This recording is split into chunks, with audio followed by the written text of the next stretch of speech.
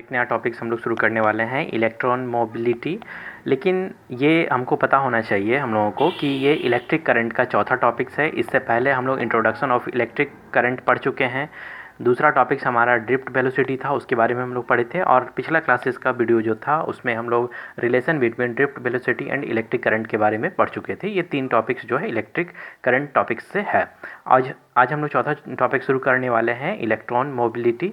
लेकिन आज हम लोग को सबसे पहले ये समझना होगा कि मोबिलिटी होता क्या है। लेकिन उससे पहले हम लोग ड्रिफ्ट वेलोसिटी और उससे रिलेटेड बातों को देख लेते हैं, क्योंकि उससे ही रिलेट करेगा आज का हमारा टॉपिक्स। हम लोग ये समझ चुके थे कि किसी भी कंडक्टर में जो भी फ्री इलेक्ट्रॉन्स होते हैं वो रैंडम अपने मूल पोजीशन से अपनी इनिशियल पोजीशन के चारों ओर अलग अलग डायरेक्शन में वो मूव करते हैं। यानी रैंडम ये अलग अलग डायरेक्शन में मूव करके अपने इनिशियल पॉइंट पर वापस आ जाता है। कुल मिला के कहें तो इसकी डिस्टेंस तो बहुत अधिक होती है। इस हिसाब से अगर हम लोग बात करें तो एवरेज स्पीड जो है इसकी 10⁵ मीटर पर सेकेंड होती है। लेकिन अगर हम लोग एवरेज वेलोसिटी की बात करेंगे तो वो लगभग 0 होता है। क्यों? क्योंकि हमको पता है कि वेलोसिटी के लिए डिस्प्लेसमेंट होना ज़रूरी है, और डिस्प्लेसमेंट तो यहाँ बिल्कुल 0 हो रहा है, क्योंकि जिस पॉइंट से ये स्टार्ट कर रहा था रैंडम मूव करना, वापस वो उसी पॉइंट पे आकर रुक रहा है। ठीक है, यानी वो वापस उसी पॉइंट के पास पहुँच जाता है। तो इस हिसाब से हमारे पास डिस्टेंस ज़रूर है लेकिन डिस्प्लेसमेंट नहीं है। दैट्स वाई स्पीड जो है एवरेज स्पीड पॉसिबल है, लेकिन एवरेज वेलोसिटी पॉसिबल नहीं है जब तक हम इस पर कोई भी एक्सटर्नल इलेक्ट्रिक फील्ड अप्लाई नहीं करते हैं। दूसरी बात जो हम लोग को समझ में आया था कि ये कि अगर हम यहाँ पर एक्सटर्नल इलेक्ट्रिक फील्ड क्रिएट करते हैं with the help of cell, अगर बैटरी की मदद से अगर हम एक्सटर्नल फील्ड क्रिएट करते हैं तो ये electric field positive to negative की ओर होगा, और उसके अगेंस्ट में जो इंटरनल इलेक्ट्रिक फील्ड जो क्रिएट होता था वो F = -E × E है। इसी electric field internal electric field के कारण ये जो पॉइंट जो फ्री इलेक्ट्रॉन था जो रैंडम इधर उधर मूव कर रहा था वो अब एक नए पॉइंट पर चला जाता है, जिसकी वजह से हमारे पास जो एक नया पॉइंट बनता है, और इस नए पॉइंट के कारण यहाँ पर डिस्प्लेसमेंट होता है, और इसी डिस्प्लेसमेंट के कारण एवरेज वेलोसिटी होती है। उसी एवरेज वेलोसिटी को हम लोग ड्रिफ्ट वेलोसिटी कह रहे थे, जो लास्ट क्लास में हम लोग देखे थे। ठीक है, लेकिन आज हम लोग को ये पता करना है कि मोबिलिटी होता है क्या है। तो मोबिलिटी का इतना मतलब समझ सको कि अगर हम लोग ये वर्ड अगर मोबिलिटी समझ रहे होंगे तो इसका मतलब होता है एबिलिटी टू मूव। लेकिन ability to move electric chapter में हम किसके बारे में पढ़ेंगे? तो ऑफकोर्स इलेक्ट्रिक चैप्टर में हम लोग चार्ज के बारे में पढ़ेंगे। यानी तुमको हम शॉर्ट में कह सकते हैं कि in electricity mobility means ability of motion of charge under electric field, क्योंकि इलेक्ट्रिक फील्ड के ही अंदर वो मूव करता है। ठीक है, और उसकी जो डिस्प्लेसमेंट होती है उसी को हम लोग ड्रिफ्ट वेलोसिटी कहते हैं। तो हमको ये पता करना होगा कि ड्रिफ्ट वेलोसिटी के साथ इलेक्ट्रिक फील्ड का जो रिलेशन है उस रिलेशन के साथ मोबिलिटी कैसे रिलेट करता है। तो उसको समझने के लिए सबसे पहले हम लोग को मोबिलिटी के बेसिक पॉइंट समझने होंगे। देखो, इस बात को समझने के लिए हम लोग सबसे पहले एक एग्जांपल पे चलते हैं। ठीक है, ताकि हम लोग को ये समझ में आए कि कैसे मोबिलिटी की कॉन्सेप्ट को हम समझ सकते हैं। मान लो कि दो सिचुएशन हम ऐसा लेते हैं कि दो सिचुएशन में अगर हम दो ऐसे गाड़ी को ले लेते हैं जो काफ़ी दिनों से ऐसे पड़ा हुआ है। ठीक है, तो हम क्या देखते हैं कि ऐसी स्थिति में हमारे पास जो यहाँ पर मान है, अगर हम इसको चलाने के लिए कुछ सर्विसिंग की ज़रूरत पड़ती है, तो हम ऐसा करते हैं कि एक वाले जो गाड़ी है उसको हम मोबिलिटी यानी इसको हम ग्रीसिंग करते हैं। मान लो हमको इस पर इसके वायर को इसके टायर को और इसके व्हील्स को हम ग्रीसिंग करते हैं, यानी इस पर हम लोग ज़रूरत के अनुसार तेल डालते हैं ताकि ये फ्रिक्शन लेस हो सके, और इसको वैसा ही रखते हैं। अब अगर हम इस पर दोनों पे फोर्स लगाएं, हम अगर इक्वल फोर्स लगाते हैं, मान लो 10 न्यूटन का फोर्स हम इस पर भी लगा रहे हैं, 10 न्यूटन का फोर्स इस पर भी लगा रहे हैं, 10 न्यूटन का फोर्स अगर हम 2 सेकेंड के लिए इस पर भी लगा रहे हैं और 2 सेकेंड के लिए हम इस पे भी लगा रहे हैं, तो हमको क्या पता चलेगा कि 2 सेकेंड के बाद इसकी जो वेलोसिटी है, इसकी जो डिस्प्लेसमेंट है वो हमारा क्या होगा, काफ़ी बढ़ जाएगा। यानी ये जो गाड़ी है वो काफ़ी आगे तक निकल जाएगी, और पता चलेगा कि इसकी जो डिस्प्लेसमेंट है ये बहुत ही कम हुई है ना। तो कुल मिला के हमको ये समझ में आ रहा है कि यानी देखो यहाँ हम इस पे फोर्स दोनों पे इक्वल लगा रहे हैं, दोनों पे इक्वल समय के लिए फोर्स लगा रहे हैं, लेकिन कहीं ना कहीं ये जो हमारा गाड़ी है इसकी जो हम लोग ग्रीसिंग किए थे वो हमको हेल्प कर रहा है फ्रिक्शन लेस बनाने में। इसकी वजह से इसकी स्पीड अधिक हो रही है, इसकी वेलोसिटी अधिक हो रही है, और ये फाइनली अपने इनिशियल पॉइंट से काफ़ी अधिक डिस्टेंस तक कवर कर रहा है। कुछ ऐसा ही कॉन्सेप्ट हमको चार्ज के साथ भी करना होगा कि हमको ऐसा इसमें क्या चेंजिंग करेंगे कि ये जो चार्ज हमारा मूव कर रहा था उसकी मूवमेंट जो है वो अधिक हो, क्योंकि जितना ज़्यादा मूवमेंट अधिक होगा उतना ही ज़्यादा इलेक्ट्रिक करंट क्रिएट करेगा, और उसी को हम लोग इस टॉपिक्स में पढ़ रहे हैं। तो उसी के कॉन्सेप्ट पे आज हम लोग को जो पढ़ना है वो है इलेक्ट्रॉन मोबिलिटी। तो सबसे पहले हम लोग नॉट्स और रफ ये सारा कुछ इसी में एक साथ लेकर चलेंगे। तो हम लोग चलते हैं सबसे पहले इसके डिफिनेशन पे।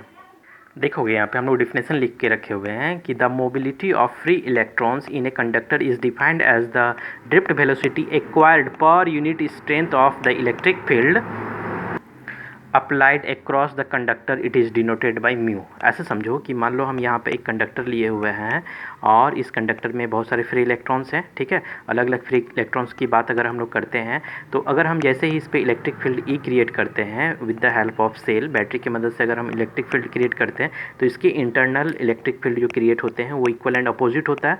इस पर अगर हम लोगों का जो फोर्स है वो F equal to E into, अगर ई पॉजिटिव है तो हमारे पास यहाँ पर जो फोर्स होगा माइनस ई इंटू ई होगा, ठीक है। तो इसकी जो ड्रिफ्ट वेलोसिटी होगी, जो भी इलेक्ट्रॉन्स यहाँ पे फ्री है उसकी जो ड्रिफ्ट वेलोसिटी होगी वो डिपेंड करेगा इलेक्ट्रिक फील्ड की इंटेंसिटी पे, ठीक है। तो हम लोग अगर ऐसा समझें कि पर यूनिट इलेक्ट्रिक फील्ड इंटेंसिटी में जितनी ड्रिफ्ट वेलोसिटी होती है उसी को मोबिलिटी कहेंगे और उसी को हम लोग म्यू से इंडिकेट करेंगे। यानी अगर हम ड्रिफ्ट वेलोसिटी का इक्वेशन अगर हम लोग को पता हो तो हम लोग minus e m into tau, ये हम लोग देख चुके थे इन वेक्टर फॉर्म में, जहाँ पे ई जो है चार्ज ऑफ इलेक्ट्रॉन है, ठीक है। E strength of the electric field है, M mass of the electron है और टी इज़ रिलैक्सेशन टाइम है।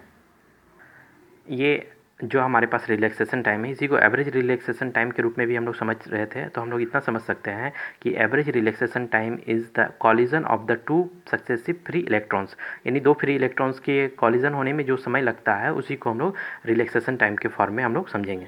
तो अगर हम मैग्नीट्यूड फॉर्म पे बात करें तो मैग्नीट्यूड फॉर्म पे जब बात करेंगे तो ई बाई एम इंटू टाउ ये हमारे पास मान होगा। जरा से यहाँ पे गौर करो तो हमको पता चलेगा कि चार्ज ऑफ द इलेक्ट्रॉन ये कांस्टेंट होता है, ठीक है। मास ऑफ द इलेक्ट्रॉन ये भी हम लोग को पता है, charge of the electron 1.6 into 10⁻⁻19 coulomb, ये हम लोग को पता है, ठीक है। मास ऑफ द इलेक्ट्रॉन का अगर हम लोग बात करें तो ये भी हमको पता है कि 9.1 इंटू 10⁻31 kg होता है, जो अपने आप में ये कांस्टेंट मान ही है। लेकिन अगर यहाँ पे वेरिएबल है तो वो टाउ है और ये इलेक्ट्रिक फील्ड जो हम ज़रूरत के अनुसार चेंज करेंगे। लेकिन फिलहाल अगर हम लोग बात करें कि ये जो टाउ है ये रिलैक्सेशन टाइम है, रिलैक्सेशन टाइम अगर है और ये रिलैक्सेशन टाइम के अनुसार ही हमारे पास यहाँ मोबिलिटी, ये हमारे पास जो ड्रिफ्ट वेलोसिटी वो चेंज होगा। तो ये जो रिलैक्सेशन टाइम है ये डिपेंड करता है टेम्परेचर पे और क्वालिटी ऑफ द मटेरियल पे, ठीक है। तो फिलहाल हम लोग मान लो कि क्वालिटी ऑफ द मटेरियल तो एक ही लिए हुए हैं तो वो अपने आप में कांस्टेंट हुआ, लेकिन एक चीज़ जो यहाँ पे इसको चेंज कर सकता है वो है temperature of the अराउंडिंग the conductor. ये अराउंडिंग द कंडक्टर के चारों ओर जो टेम्परेचर उसकी वजह से ये रिलैक्सेशन टाइम चेंज होगा और उसके अनुसार ही ड्रिफ्ट वेलोसिटी भी चेंज होगी। तो हम ऐसा करेंगे कि ये जो रिलैक्सेशन टाइम की जो बात कर रहे हैं हम आइसोलेटेड सिस्टम पे ले लेते हैं, यानी एक ऐसा सिस्टम जिसमें ना तो टेम्परेचर बाहर से अंदर आएगी ना ही अंदर से बाहर की ओर जाएगी। तो ये भी हमारा एक कांस्टेंट मान हो गया। यानी अगर हम कुल मिला के कहें तो ये तीनों जो कांस्टेंट है इसी तीनों कांस्टेंट को एक नया सिंबल देते हैं जिसको म्यू बोल रहे हैं और यही हमारा मोबिलिटी होगा ऑफ द कंडक्टर, ठीक है। तो ये जो हम लोग ई से इंडिकेट कर रहे हैं, तो कुल मिलाकर देखो अगर मोबिलिटी ऑफ द इलेक्ट्रॉन अगर हम कंसेप्ट क्लियर करना चाहते हैं तो mu equal to D V by E, ये हमारा मान निकल गया, ठीक है। This is the required equation of the mobility, ठीक। अगर हम तुमसे यहाँ पे बात करें कि if E equal to 1 newton पर कूलम अगर हम ले लेते हैं तो हमारे पास जो म्यू है वो ड्रिफ्ट वेलोसिटी के क्या होगा, इक्वल हो जाएगी। यानी कुल मिला के हम कह सकते हैं कि electric mobility is defined as the drift velocity per unit electric field, यानी पर यूनिट इलेक्ट्रिक फील्ड के कारण जितनी ड्रिफ्ट वेलोसिटी क्रिएट होगी वही उस इलेक्ट्रॉन की जो है मोबिलिटी कहलाएगी। यानी यहाँ पे तुम देख सकते हो कि मोबिलिटी का जो एक्चुअली जो मतलब है वो है हमारा ई टाउ बाई एम। ये हो गया हमारा मोबिलिटी के लिए रिक्वायर्ड इक्वेशन, जिसके अनुसार हम लोग charge of the electron, mass of the electron and relaxation time के फॉर्म में दिखा सकते हैं, या फिर हम लोग drift velocity upon electric field के फॉर्म में दिखा सकते हैं मोबिलिटी के लिए। ये हमारा दो रिक्वायर्ड इक्वेशन यहाँ से निकल रहा है। लेकिन एक बात याद गौर करो कि पिछले क्लासेस के जो वीडियो थे उसमें हम लोग करंट के साथ ड्रिफ्ट वेलोसिटी का जो रिलेशन देखे थे n e square tau e capital E electric field by m, ये फॉर्म हम लोग को करंट के साथ ड्रिफ्ट वेलोसिटी को रिलेट किए थे जो इससे पहले वाले इक्वेशंस पे हम लोग देखे हुए थे, ठीक है। जो जहाँ पे हम लोग को पता था कि I equal to N A V D E, ये ड्रिफ्ट वेलोसिटी और करंट के बीच का रिलेशन था, ठीक है।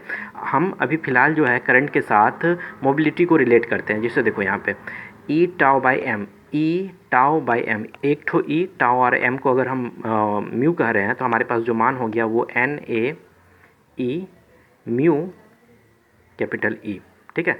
ये हमारा जो मान निकल गया, इसी को हम लोग कहेंगे this gives the relation between electron mobility and the current through the conductor. इसका एसआई यूनिट कभी कभी पूछा है एग्जाम पे, तो चलो हम लोग एसआई यूनिट ऑफ मोबिलिटी देख लेते हैं। ठीक है, हम लोग mu equal to V D by E ए पढ़े हुए हैं। ठीक है, वी डी क्या है, वेलोसिटी है, तो मीटर पर सेकंड इसकी हो गई। ठीक है, ई क्या है, तो ई के साथ हम लोग रिलेशन याद करो पोटेंशियल का किए थे, E equal to V by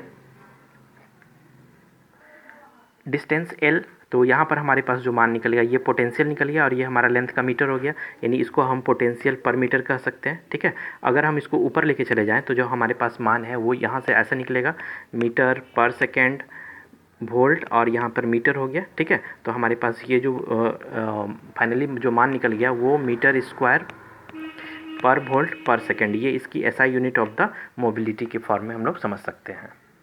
कुल मिलाकर देखो तो ये एक छोटा सा टॉपिक्स था जो हम लोग को इसमें पढ़ना था। ये शॉर्ट क्वेश्चन के रूप में जेक बोर्ड में कई बार पूछा है, तो इसको हम लोग रिमाइंड रखेंगे, ध्यान पे रखेंगे। अब हम लोग नेक्स्ट टॉपिक्स में इससे आगे चलेंगे।